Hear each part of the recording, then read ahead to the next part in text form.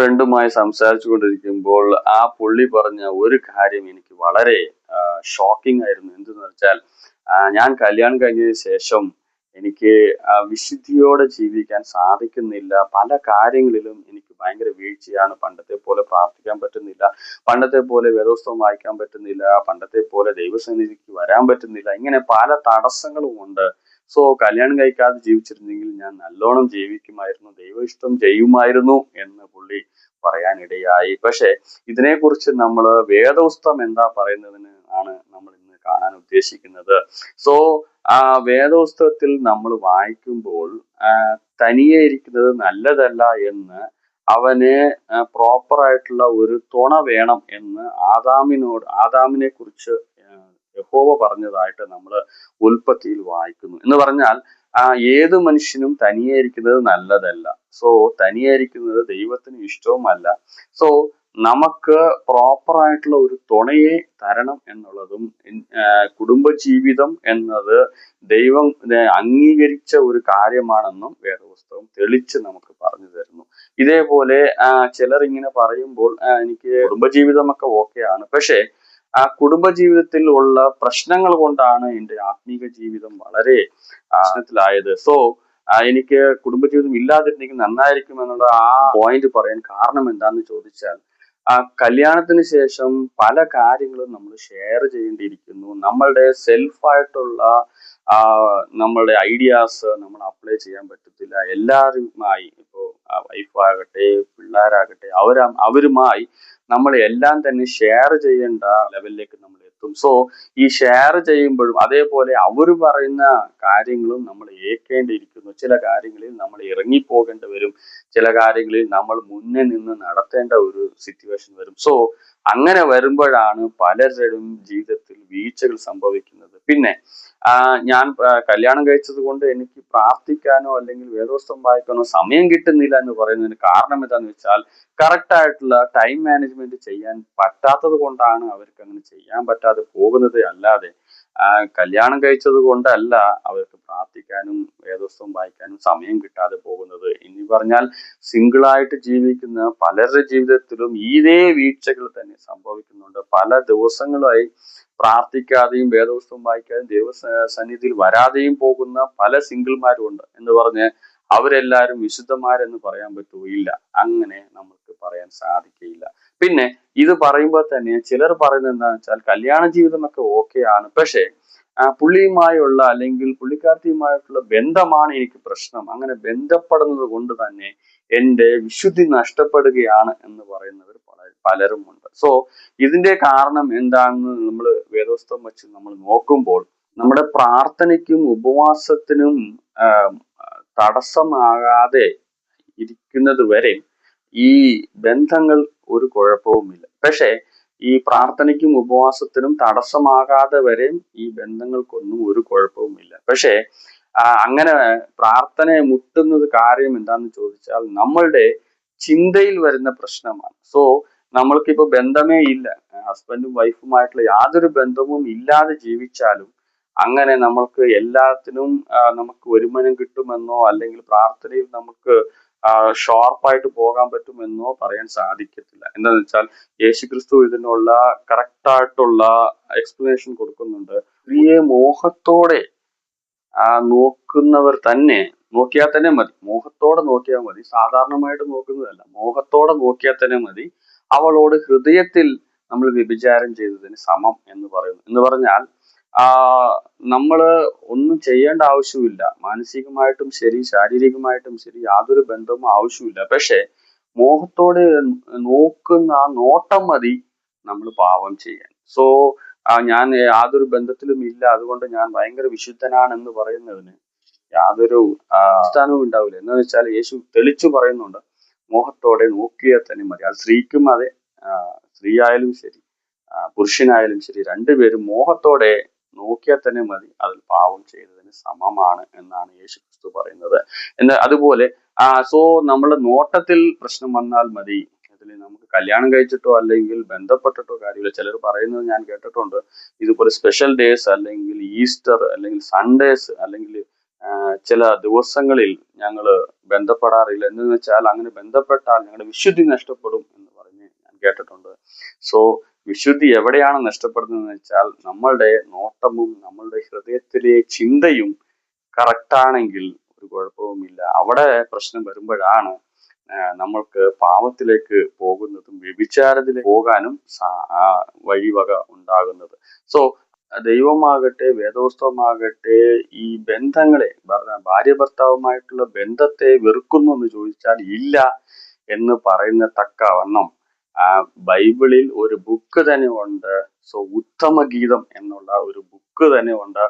ഈ ബുക്ക് മുഴുവനും നമ്മൾ വായിച്ചാൽ മുഴുവനും തന്നെ ഒരു പുരുഷനും സ്ത്രീയുമുള്ള ആയിട്ടുള്ള അവർ തമ്മിലുള്ള ബന്ധത്തെക്കുറിച്ചും അതിനെക്കുറിച്ചുള്ള ഡിസ്ക്രിപ്ഷനാണ് മുഴുവനും തന്നിരിക്കുന്നത്. ഇതിനെക്കുറിച്ച് പറയുമ്പോൾ പല പാസ്റ്റർമാരും പറയുന്നത് എന്താണെന്ന് വെച്ചാൽ ഇത് ഒരു ആത്മീകമായ അർത്ഥം കൊണ്ടതാണ്, അത് നമ്മൾ ശാരീരികമായിട്ട് എടുക്കരുത് എന്നാണ്. പക്ഷേ പൊതുവെ ഈ ബുക്ക് വായിക്കുന്ന, ഉത്തമഗീതം പൊതുവെ വായിക്കുന്നവർക്ക് പലർക്കും തന്നെ അത് ശാരീരികമായിട്ടാണ് അത് മനസ്സിലാകുന്നത്, അല്ലാതെ അത് ആത്മീയമായിട്ട് മനസ്സിലാക്കാൻ യാതൊരു സാധ്യതയും ഇല്ല എന്ന് തന്നെ നമ്മൾ തെളിച്ചു പറയാം. എന്താന്ന് വെച്ചാൽ അത് ആവശ്യമാണ്. മനുഷ്യ ജീവിതത്തിൽ ഒരു മുഖ്യമായ ഒരു ഘട്ടമാണ്. അത് വിശുദ്ധിയോടെ സൂക്ഷിക്കേണ്ടത് വളരെ അത്യാവശ്യമാണ് എന്നുകൊണ്ട് മാത്രമാണ് ദൈവം ആ ബുക്ക് വേദോസ്തവത്തിൽ അനുവദിച്ചിരിക്കുന്നത്. ഇത് പറയുമ്പോൾ തന്നെ പലരും പറഞ്ഞ് ഞാൻ കേട്ടിട്ടുണ്ട്, ഈ ബൈബിളിൽ വായിക്കാൻ പാടില്ലാത്ത 2 ബുക്കുകളാണ്. അതിൽ ഒന്നാണ് ഉത്തമഗീതം, മറ്റൊന്നാണ് പുതിയ നിയമത്തിൽ വെളിപ്പാട് പുസ്തകം. എന്ന് വെച്ചാൽ രണ്ടും ഒരു മാസത്തെ പുസ്തകങ്ങളാണ്. അത് ശരിയില്ല, അത് എന്തോ മിസ്റ്റേക്ക് ആയിട്ട് ചേർന്ന് പോയതാണെന്ന് പറഞ്ഞ് കേട്ടിട്ടുണ്ട്. സോ മിസ്റ്റേക്ക് ആയിട്ട് ചേർന്നതല്ല, കുടുംബജീവിതത്തിന് വളരെ അത്യാവശ്യമുള്ള കാര്യം എന്നാണ് അത് ബൈബിളിൽ ചേർക്കപ്പെട്ടിരിക്കുന്നത്. പരിശുദ്ധാത്മാവാണ് അത് ചേർത്തിരിക്കുന്നത് എന്ന് തന്നെ നമുക്ക് പറയാം.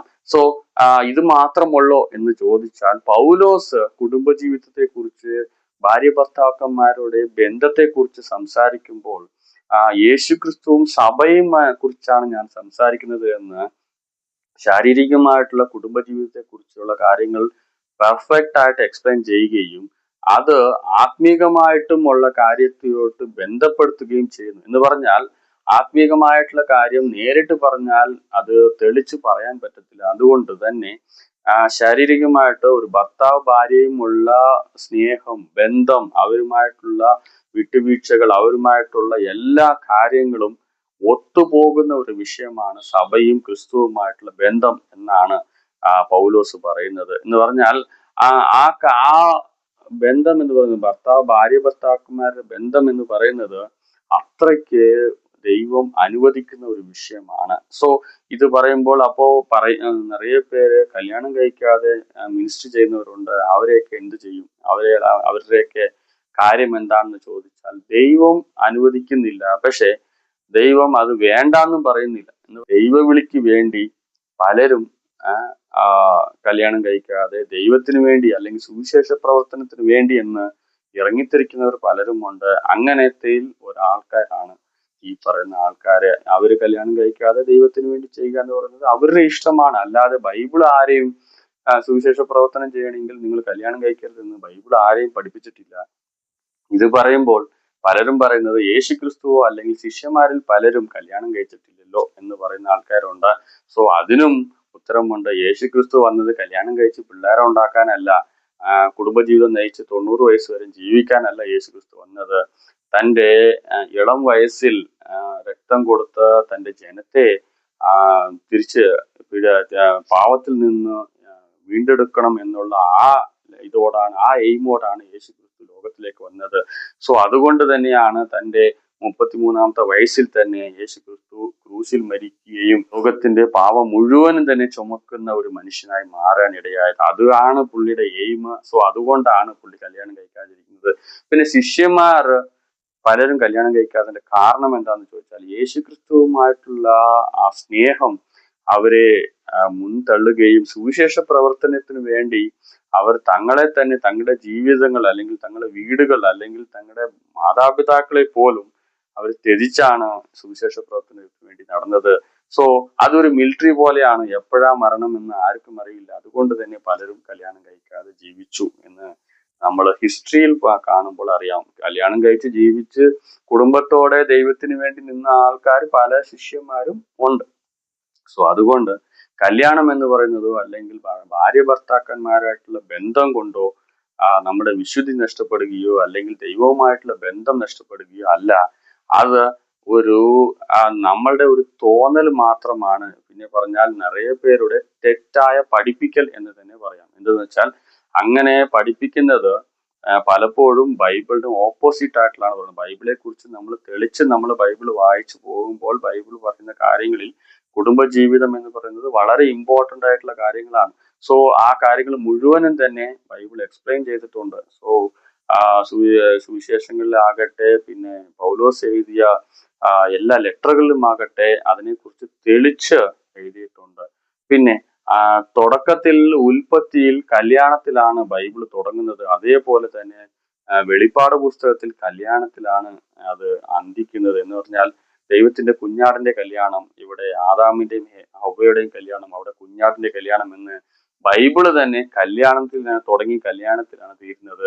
സോ കല്യാണ ജീവിതം എന്ന് പറയുന്നത് ദൈവം അംഗീകരിക്കുന്ന ഒരു കാര്യമാണ്. അത് വിശുദ്ധിയോടെ സൂക്ഷിക്കേണ്ടത് നമ്മുടെ കടമയാണ്.